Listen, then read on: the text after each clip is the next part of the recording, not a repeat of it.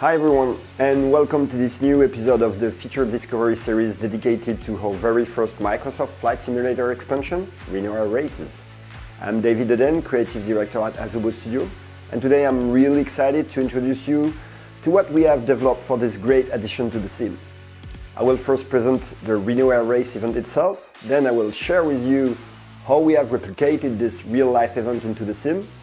I will tell you how it translates in Microsoft Flight Simulator, and finally we will look at all these little additional features that makes this racing experience so cool and unique. In real life, Reno Air Race happens every year at the Reno State Airport in Nevada, USA. Simply put, it's just the fastest motor race in the world. Take 8 planes flying together on the same track at more than 400 miles per hour, keep them below 250 feet from the ground, and you get the picture. It will push your piloting skills to the extreme limit. To us, these pilots are real aviation knights. So we have worked hard to give justice to this incredible and unique event and to make this a great multiplayer experience in Flight Sim. So how we did this? First, we have worked closely with the Reno Air Race Association and dozens of pilots and planes owners to develop a highly authentic recreation of this real-life event. Some of us had even the chance to visit and really feel the true nature of the show. As a result, we have completely upgraded the Reno area in the sim with new satellite data and altitude data. The State Airport has been carefully manually modeled. We have added the crowd, collection planes, food truck, the legendary planes such as the V-Speed and the Clay Lacy, and tons of other little details. We have even worked with Danny Clesen, who is the legendary Reno Air Race announcer, to generate dynamic announcement depending of your own performance in the sim, which adds a fantastic true-to-life flavor to the whole thing. We had the same approach for the star of the show, the planes. Indeed, this race features truly iconic planes, as even if they are formally based on stock planes, they have been so highly customized and optimized by their teams of passionate pilots and engineers that each of them are just technically unique. To give you an idea, these birds are going twice faster than the stock version in most of the cases. As said before, we have worked with the plane owners and pilots to really infuse this uniqueness into the game.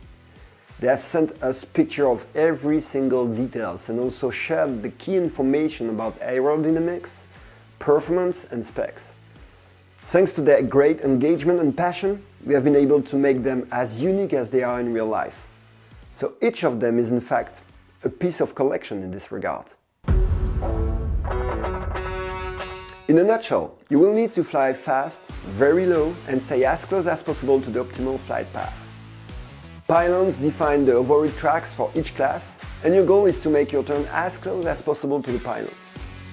Flying too high will result in a time penalty applied at the end of the run. Same thing if you cut or miss one of those pylons. In case of a crash, your plane will be respawned back onto the track instantly, allowing you to continue your run. Of course, in each of those cases, your final time will be impacted. Reno Air Race features 2 modes, time trial and quick match. Time trial will allow you to compete for your leaderboard's ranking and also to prepare yourself for actual race by using your ghost as a rabbit. It will help you to understand the subtleness required to earn this little millisecond that will make all the difference at the end. It's definitely a great way to make quick progress.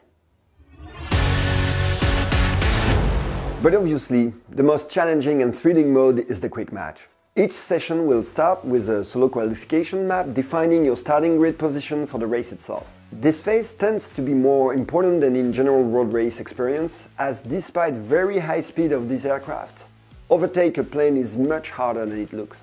Then comes the race itself, where you have to cross the line first at the end of 6 or 8 laps, depending on the class. Performing in Reno Air Race session is really about 3-dimensional pure trajectory, and it's an ultra-demanding challenge that requires intense focus and subtle input.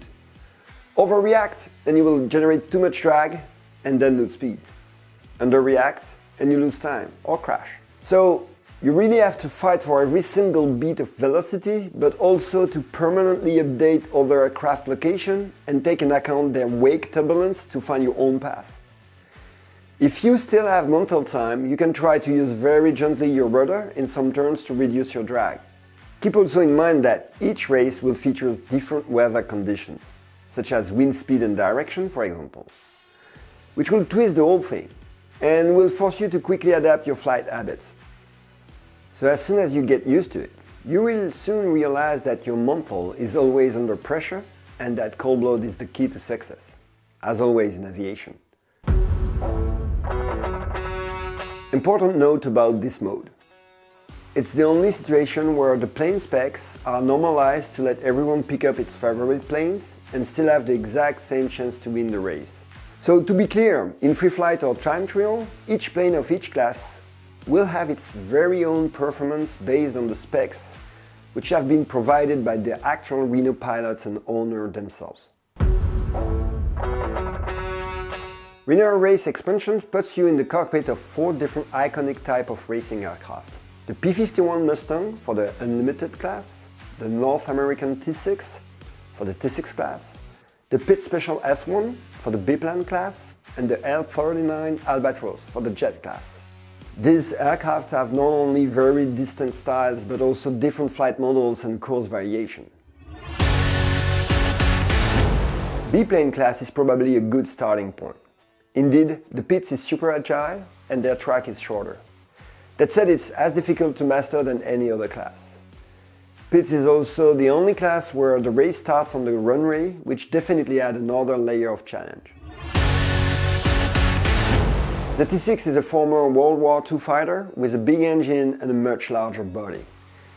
It's actually much more maneuverable than you would expect, but this plane generates a lot of drag if you apply too much G's during your turns. So as a result, you will have to really find the best compromise between tight turns and keep your momentum and speed. P-51 Mustang is a piston engine too, but it's much faster and the track is then much longer. The difference with the Pitts and the T6 is quite obvious, and it's to me the one that takes the most time to really master and perform with. L-39 Albatros is a jet-powered aircraft, so clearly the fastest, which means that every little hesitation will make you feel like you are behind the aircraft. L-39 trajectory may look easier, but actually requires the highest level of moment-to-moment focus and precision. So a few words about the Reno Score. The Reno Score has been added into the sim to allow better matchmaking and a long-term competition between simmers. So how it works? Basically, everyone will start the Reno experience with 8,000 Reno points dispatched into each of the 4 classes. At the end of each race, you will gather or lose Reno points depending on your performance, but also based on the Reno Score of your opponent. So to be clear, you will, for example, gather more points if you beat a better ranked opponent, and vice versa. The Reno class score is then used to define your class ranking and global ranking, but will also optimize the matchmaking for the next race. Ultimately, this will tend to make the overall multiplayer experience more interesting, fun and fair, whatever your skills and progression. 2 additional little tips about the Reno Score here. First, if you quit the race before the end, you will be considered as the last one at the end of the race and lose all your points. Secondly, also note that only 70% of your final score is based on your race ranking. This means that 10% of the remaining points to gather is informed by your visual assistance level, 10% if you made the pole position or not, and 10% if you performed the fastest lap in the race. So the idea here is that you should keep the focus until the very end of the race if you want to increase your Reno score. I also wanted to show you some cool features especially developed for Reno Air Races. First, the ground effects. During the race, planes generate dust depending on your altitude and speed. It's actually quite fun and in fact useful. In general, when you see this, it means that the one you are chasing crack under pressure. To celebrate Reno plane as they deserves, we have improved the VFX behavior and rendering of the exhaust based on the actual engine state. Normally, you should never reach G-force that leads to a G-lock during a Reno race, which is basically loss of consciousness. But in some cases, to avoid crash most of the time, or outside of Reno itself, Flight Simulator now feature a true-to-life simulation of the impact of the G-force on the pilot based on time of exposure and forces. As in real life, the G-force effect is highly dependent of the pilot itself and his gear. These parameters are now also exposed in the option menu, where you will be able to define if you are a general aviation pilot or a trained jet pilot, and if you use a G-force suit or not. Multiplayer improvement. To make the race really fun, fair, and engaging, we had to improve the multiplayer accuracy. Huge improvements have been made here, and this will benefit to the whole simulator, which is great. VR. I cannot finish this episode without letting you know the effort made to port Reno on VR and how it shines. To me, it's simply the best use of the VR in flight sim. It's actually hard to describe, but it goes further than just it's a better immersion. It's really about the way a Reno pilot understands and thinks its surroundings. And the VR implementation of Reno is just amazing. If you have the chance to get your hands on the VR gear, you can't miss the Reno experience. It's just mind-blowing. As both a flight simulator and racing fan since my youngest age, I swear Reno Air Race was a true reveal for me. Because of its challenge, speed, and also because nothing compares to it. As such, I really believe Reno Air Race is a great addition to flight simulator world, and actually to the racing genre in general. So, we really hope you will enjoy it as we do, and to be honest, we are humbly looking forward to race against you guys. See you there. Bye.